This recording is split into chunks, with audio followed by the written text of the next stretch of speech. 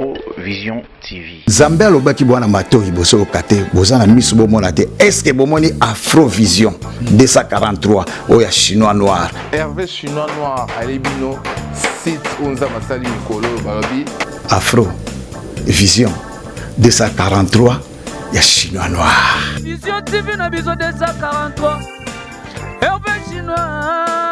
Biso tout s'abonner ebele to landaka kaka télévision oyo mususu te kaka oyo. Hervé chinois noir. Hervé chinois noir. Hervé chinois noir. Gio avec Maître Dips, je pense notre manager Aya, elle est en train de négocier encore.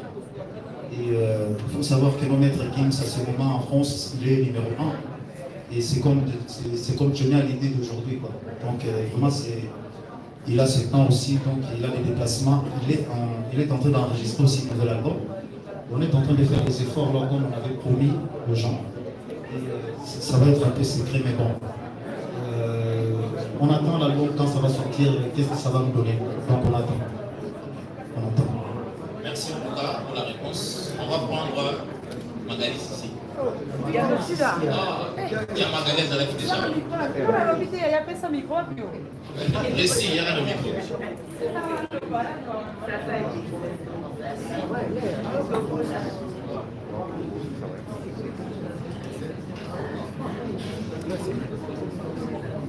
Voilà, merci. Je commence comme oui, bientôt, ça veut dire beaucoup d'encouragement à l'artiste.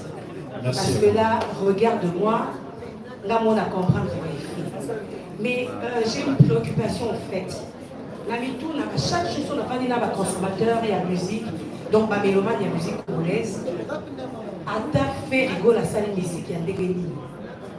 Batu bazanga ate babetaka di solo ate batu kuna baleki te batu kuna ya refaire et na tuna yemoko de lui-même en tant qu'artiste oiseau zoaton ya ko se performer du jour au lendemain pour preuve de moi dit que regarde-moi les amis ba mélange ba mistour de ba benga ba mélange ya ba connaissance ya ba apprentissage sous la loi apinisi et loko oyo peut-être yemoka lo bien ma soif.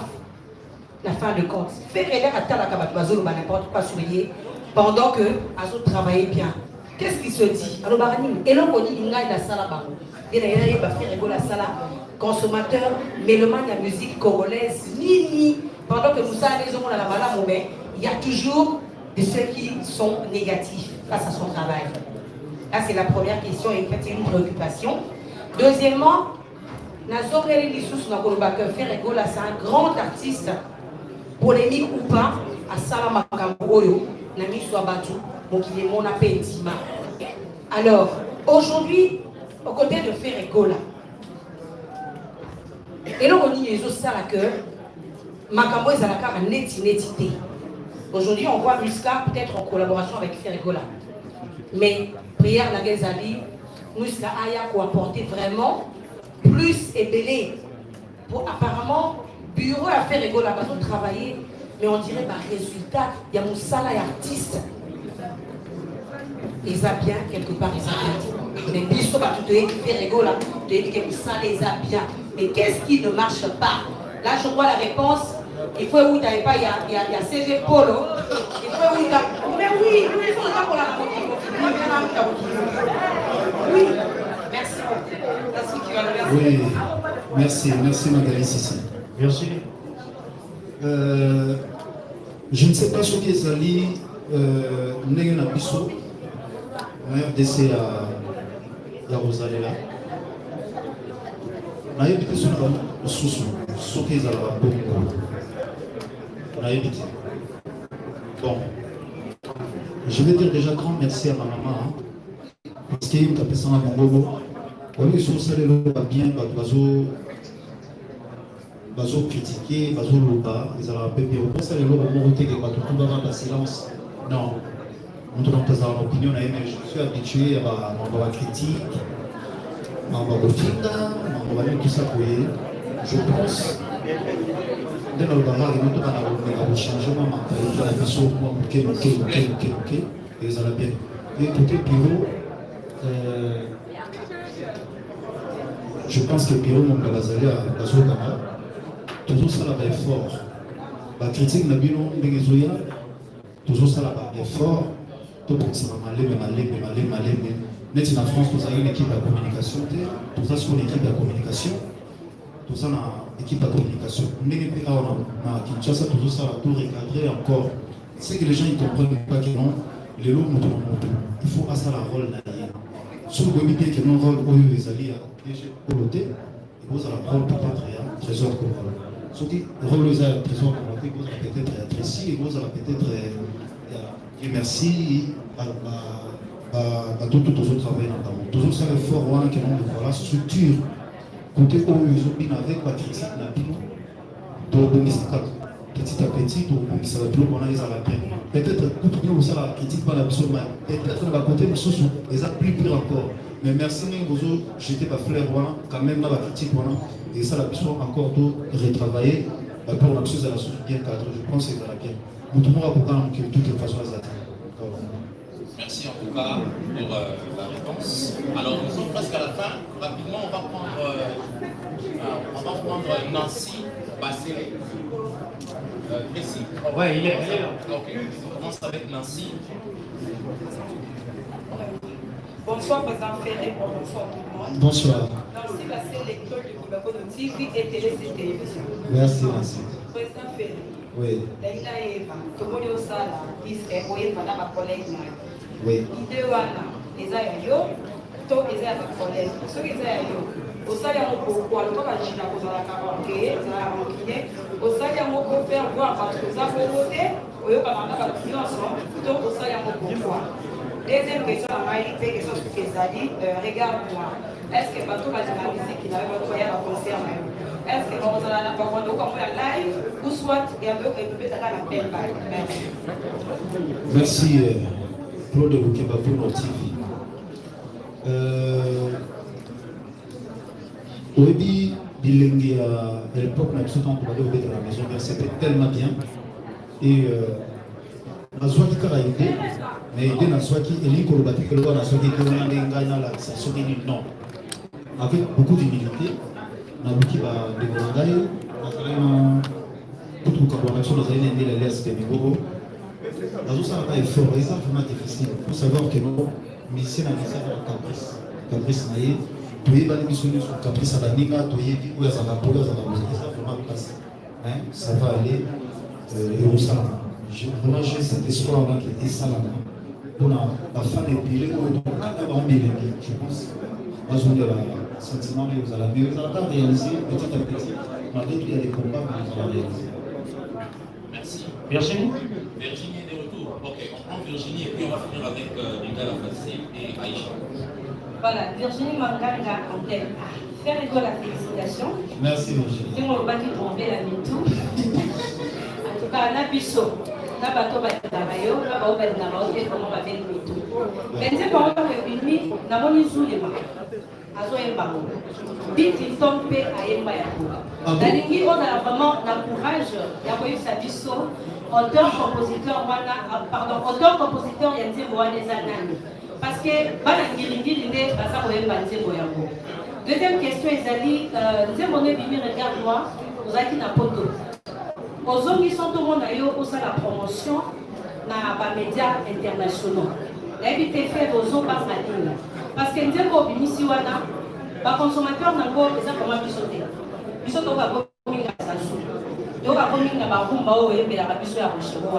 mais absence d'ailleurs, dans la TV5, dans la France 24, aux autres voter quand ils voté, pour ça la promotion de Awa, parce que la promotion Bazali, il y a Saratola, Charlie Prince, les beaux gars de la presse, Bazote Capitaine Zemo. Mais la Liban l'a fait, aux autres par la ligne, le poso Pembe. Merci Virginie, ça a été un peu ressenti. Donc il a mis de l'eau de jeudi. Donc il faut ici des semaines de l'eau. Donc ce qu'on a eu rapide, c'est d'abord pour le respect à la presse, dès que vous avez le son à Bible. Naya qui vous a respecté avec l'USCA et d'accord. Il ne faut pas oublier que non, la charité bien ordonnée commence par soi-même. Donc il faut être banana en amour. Et dès que nous avons un petit programme de cela, nous avons vraiment appris un court séjour. C'était vraiment très important. Et nous, le but de la salle d'abord pour les Congolais et les autres après. Donc, c'est pour nous souvent tout à consommer. Il y a tout ça, le challenge, donc c'est pour nous, mais nous avons dans la prestige pour ça. Donc je vais me défendre partout là où je vais aller. Et pour ça, le programme, on a bien et album les annonces pour délimiter les droits. On va commencer déjà par ça. On va faire la promotion en quelques cas. Merci. Alors, on prend Lingala Passé. Ah, peut-être Lingala Passé.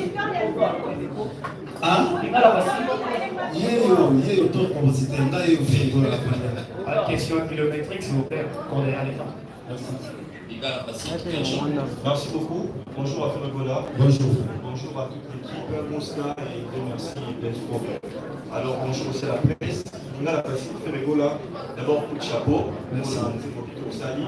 Et le patron de la mine qui est démoli en français, mais il faut signaler avoir une bâtisse de la coronavirus, c'est qui est en anglais. Merci. D'abord coup de chapeau à ça. Et déjà, tout ça, dans la mine, nous avons le paquet.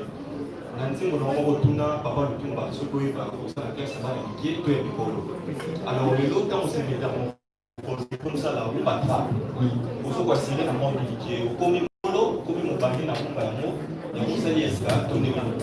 Deuxième question et ça comme bah tant que na on va pas on qui fixe voilà pas pour les élèves na pas américain et c'est la famille qui va fixer et toujours ils sont sur le programme pour chacun. S'il vous plaît.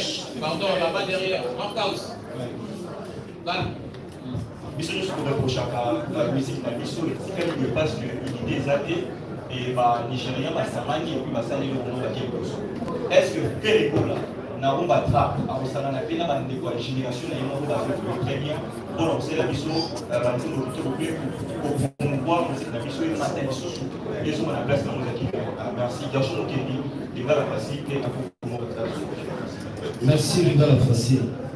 Lélo, dans un seul effort, ceux qui l'artiste congolais, tout combien de 5-3 à esprit ou peut-être qu'on a un pour faire évoluer encore une musique, dans la tour sur la numéro 1. Et Lélo, ils ont encore à Kénon, ils sont d'artistes congolais, tout est là à Kénon.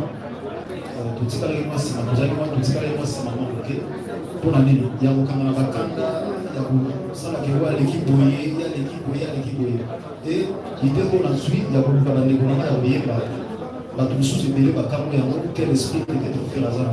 Dans un esprit, il y a ouverture qui vont surtout dans la Obengi. Dans un esprit ouverture, on a tout ça à Webélé. Et le jour dans Nazar, on va collaborer spécifiquement pour tout pousser ma campagne de dessous. Nous allons faire des séminaires, la mission de surtout, je suis prêt à le faire. Dans un esprit, on est vraiment très ouverte. Voilà. Merci. Gaïda. Ok. Merci alors. Rapidement, on va prendre Aïcha. Aïcha, il y a Vivette. Il y a Aïcha, Vivette, Michel. Mishmima. Aïcha Coco.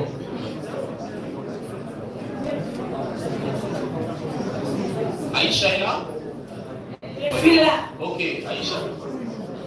Faire école là. Aïcha, question mon corps, que ça va bien. Et Aïcha parle. Ça ne sert pas. Aïcha Coco. Hein?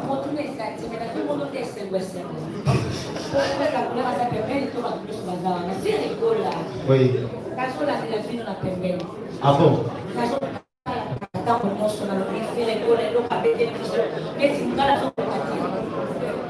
Tellement l'écolo makasi. Félicitations à vous. Merci. Comment on a habilité, oui? Pourquoi on a fait des armes pas si makasi? Maintenant, comment on a fait la partie à l'essai, mon makasi, ça c'est capable. Comment il est capable aussi?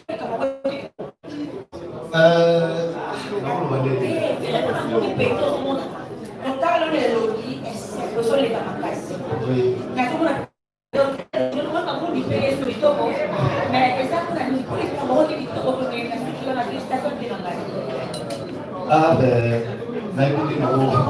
merci Aïcha. Je pense que devant la presse, l'expression, il faut qu'ils à la bien. Donc, j'essaie d'effort d'être. Cette expression bien, Naza quand même devant la presse. Et si on a Kanda, au film, voilà, presse en Kazali. Donc, j'essaie de faire ça pour la politique. Ok, merci en tout cas, Isha. Alors, Déborah, Wanga, Miché, Vivette, Sarah, si vous pouvez avoir une question et puis on va avancer. Déborah, on commence par toi. Voilà, ma question c'est pour l'artiste Ferregola. Je suis Déborah Wanga. Ma question est celle-ci, Ferregola.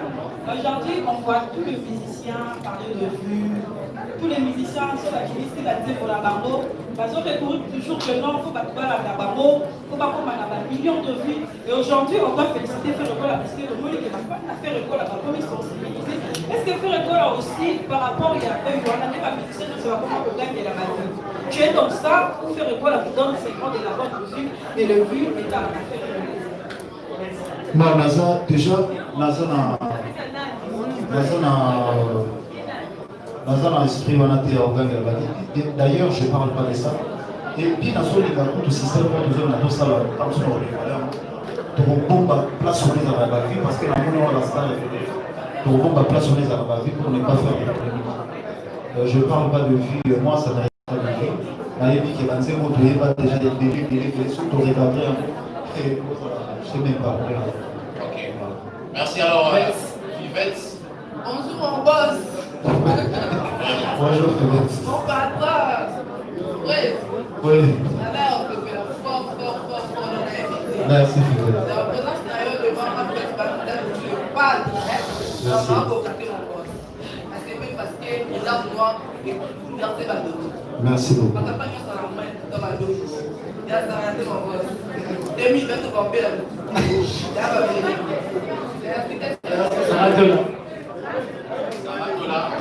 On va clôturer avec Vivette.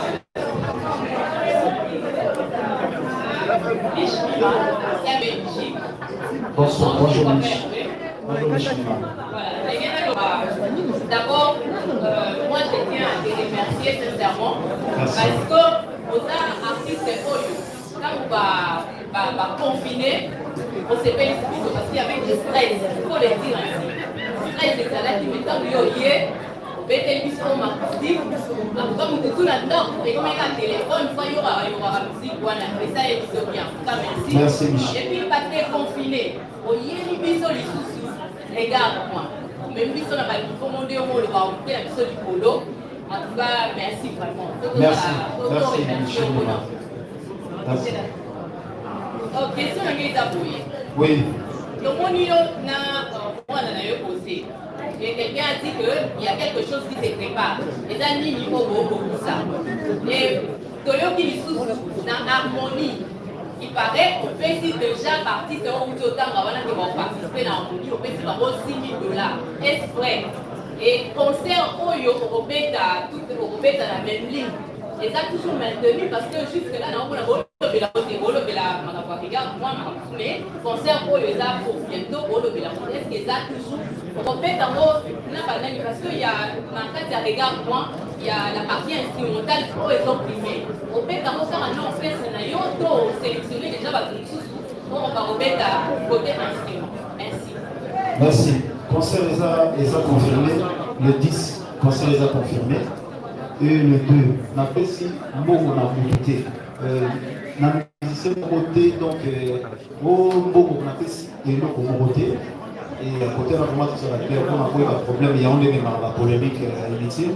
Donc on a fait ce côté, des mauvaises informations.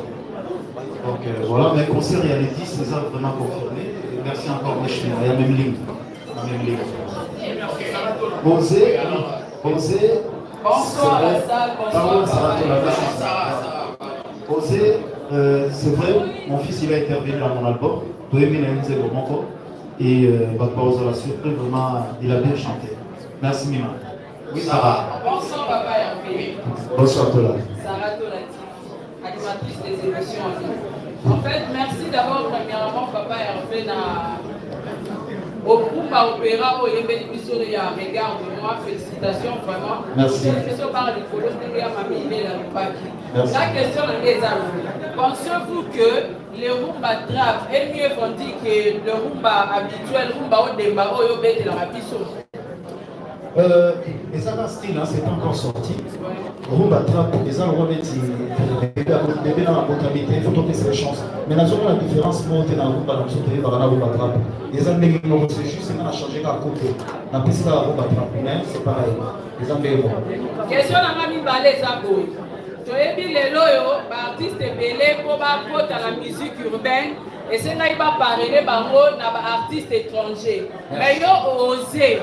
Oser la invité, on est sûr de toi, ou bien qui est derrière Ferrego là aujourd'hui, tu es entouré, n'a pas tout, oh yo bazar, ou bien Isaka Yomoro, parce que jusque là, tout le monde a Yomoro s'imposer, au bout qui libère le Wana. Merci, ça va. Tout le monde a question bien. Je pense que je suis bien entouré. Maramdu s'est bien cadré. Des fois, il ne faut pas compter dans mon toit. Comme on dit toujours dans la Bible, on dit recommander ton sort à l'éternel. Donc, il m'a recommandé mon sort dans Zambie. Et puis, dans les gars qui n'ont pas de l'eau pour l'entrée de l'eau, ceux qui sont sur le après. Mais dans les gars qui ont vraiment, il y a un moment. Merci, Sarah. Ça va, je trouve. Christophe. Bonsoir. Oui, On finit avec quoi, mon frère? On finit avec musique africaine, le roi de la tribu de Kunga, l'homme des 5 ministères Yachan. C'est Papa Caméléon. C'est Christophe Frappe, le père de la révolution. Merci beaucoup. Merci, Christophe. Les padres, il y a le festival de l'Obi, question de mise par rapport à match, pour la bénédicité, c'est important. Donc, moi, je choix de l'avocat. Pourquoi vous savez qu'un choix ou un match dans l'avocat, vous avez la relation bien à Barreau parce que celui que vous avez la qualité de chichement, ils ont purement juridique. Pourquoi choix on a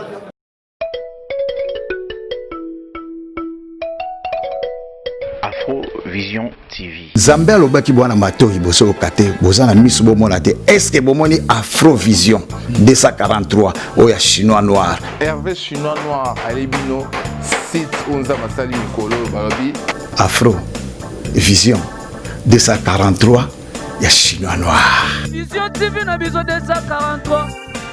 Hervé chinois. Biso tout s'abonner ebele to landaka kaka télévision oyo mususu te kaka oyo. Hervé chinois noir.